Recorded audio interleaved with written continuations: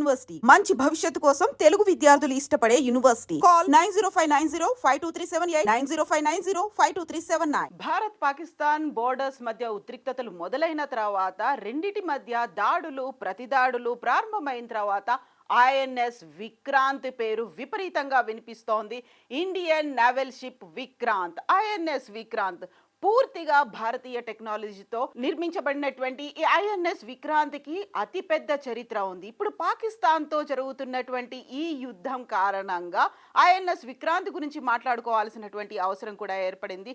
త్రివిధ దళాల్లో ముఖ్యంగా ఇప్పటిదాకా మనకు నేవీ అంత పెద్దగా కనిపించలేదు, కేవలం ఎయిర్ ఫోర్స్ ఆర్మీ కనిపించాయి. కానీ ఐఎన్ఎస్ విక్రాంత్ వచ్చిన తర్వాత నేవీ కూడా ఇన్వాల్వ్ అయింది అనే మాటలతో పాటుగా ఐఎన్ఎస్ విక్రాంత్ నుంచి సంధించినటువంటి మిసైల్లే కరాచీ పోర్టును కాల్చివేశాయి అనేటువంటి వార్తలు కూడా వస్తున్నాయి. అయితే దీనిని మాత్రం ఇండియన్ ఎయిర్ ఫోర్స్ కానీ నావల్ కానీ త్రివిధ దళాలు కానీ భారతదేశ ప్రభుత్వం కానీ ఇప్పటికీ కూడా కన్ఫర్మ్ చేయలేదు. కరాచీ పోర్ట్ కాలిపోయింది అనేటువంటి విజువల్స్ వస్తున్నాయి. అది గత కాలం పాతది 2016లో జరిగినటువంటి ఇన్సిడెంట్ అనేటువంటి వార్తలు కూడా వినిపిస్తున్నాయి. అయితే ఐఎన్ఎస్ విక్రాంత్ గురించి మాట్లాడుకుంటే 1971 సంవత్సరంలో భారత్ పాకిస్తాన్ మధ్య జరిగినటువంటి యుద్ధంలో విక్రాంత్ ప్రముఖమైనటువంటి పాత్ర పోషించింది. ఆ పేరు మీదుగానే ఐఎన్ఎస్ విక్రాంత్ని ప్రారంభించారు. మనకి ఇక్కడ విజువల్లో కనిపిస్తున్నటువంటి ఈ ఐఎన్ఎస్ విక్రాంత్కి సంబంధించి చూస్తే అత్యంత ఎత్తైనటువంటి అత్యంత పొడవు అండ్ లోతు బరువు ఎక్కువ ఉన్నటువంటి ఈ ఐఎన్ఎస్ విక్రాంత్ని భారతదేశంలోనే కంప్లీట్గా ఇండిజీనియస్ టెక్నాలజీతో స్టార్ట్ చేశారు. కొచ్చిన్ షిప్ యార్డ్ దీన్ని కంప్లీట్గా పూర్తి చేసింది. 2009లో ప్రారంభమైంది.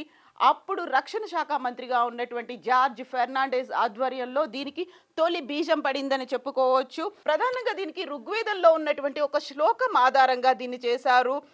జయం సంయుద్ధి స్పర్ధ, నా ఎదురుగా ఎవరైతే ఉంటారో వాళ్ళని నేను ఖచ్చితంగా ఓడించి తీరుతాను అనేటువంటి ఋగ్వేదంలో ఉన్నటువంటి ఒక శ్లోకాన్ని బేస్ చేసుకొని ఈ ఐఎన్ఎస్ విక్రాంత్ని మనం ప్రారంభించాము. దీనికి సంబంధించి కనుక ఒకసారి హిస్టరీ చూస్తే 2009లో అప్పుడు మనకి రక్షణ శాఖ మంత్రిగా జార్జ్ ఫెర్నాండెస్ ఉన్నప్పుడు దీన్ని ప్రారంభోత్సవం చేశారు. మొదటిగా తొలి బీజం అనేది అక్కడే పడింది.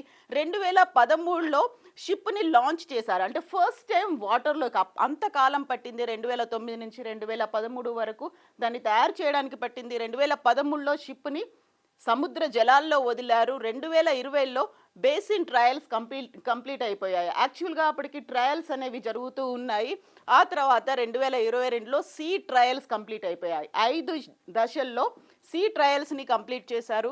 జూలై 2022లో డెలివరీ అయిపోయింది, acceptancy by Navy. So Navy దాన్ని యాక్సెప్ట్ చేసింది. సెప్టెంబర్ 22లో commissioning as INS Vikrant. So దీనికి కూడా టెస్ట్లు అనేవి జరిగాయి. ఆల్మోస్ట్ 3 నెలల తర్వాత ఐఎన్ఎస్ విక్రాంత్గా నేవీ దీనికి నామకరణం చేసింది. ఇక దీనికి హైట్ విడ్త్ లెంత్ ఎలా ఉన్నాయి చూస్తే, length of the ship is 262.5 మీటర్ల ఎత్తులో ఉంటుంది. అంటే 2 ఫుట్బాల్ సైజులంతా లెంత్ అనేది దీనికి కనిపిస్తుంది. ఆ తర్వాత హైట్ కూడా 61.6 మీటర్ల హైట్, అంటే 18 అంతస్తుల పొడవు ఎలా అయితే ఉంటుందో అంత పొడవుతో ఇది ఉంటుంది. విడ్త్ వెడల్పు అనేది 61.6 మీటర్ల విడ్త్తో ఉంటుంది. ఫ్లైట్ డెక్ ఏరియా, దీని మీద ఫ్లైట్స్ అంటే ఎయిర్ క్రాఫ్ట్స్ని మిసైల్స్ని వీటిని ఉంచడానికి ఉండేటువంటి స్థలం 12,500 స్క్వేర్ మీటర్లు ఉంటుంది.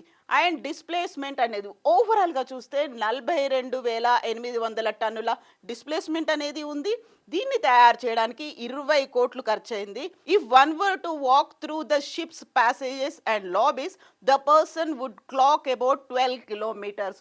ఒకవేళ ఎవరైనా పర్సన్ ఈ ఐఎన్ఎస్ విక్రాంత్ మీద నడవాలి అనుకుంటే అందులో ఉన్నటువంటి లాబీలు కావచ్చు, మిగతా అంత ప్యాసేజెస్ మీద నడవడానికి 12 కిలోమీటర్లు పడుతుంది. దీనికి సంబంధించి క్రూ అనేది 1600 మంది ఉంటారు. కంపార్ట్మెంట్ 2300 ఉంటుంది.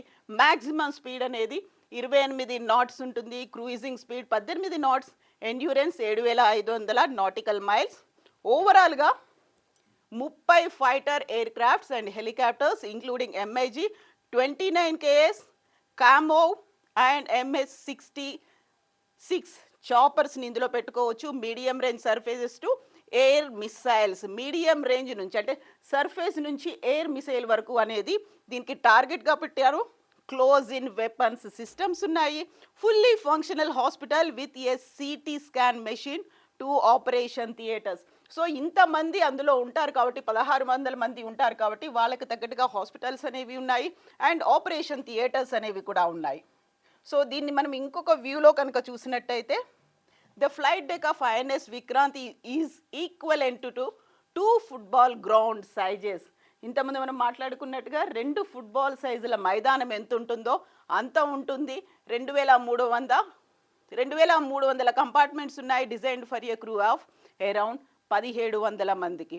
సో ఈ ఎయిర్ అసెస్మెంట్ అనేది ఎలా ఉంది, దీంతో పాటుగా దాంట్లో ఉన్నటువంటి స్పెషల్ ఫీచర్స్ కనుక చూస్తే all amenities for urban living, ఒక పట్టణ వాతావరణంలో ఉండేటువంటి ఎమ్యూనిటీస్ అన్నీ దీని మీద ఐఎన్ఎస్ విక్రాంత్లో ఉంటాయి. At the same time advanced sewage treatment plant అనేది కూడా అక్కడ ఉంది అండ్ డెడికేటెడ్ హాస్పిటల్ కాంప్లెక్స్, కేవలం హాస్పిటలే కాదు హాస్పిటల్ కాంప్లెక్స్ అనేది కూడా ఉంది.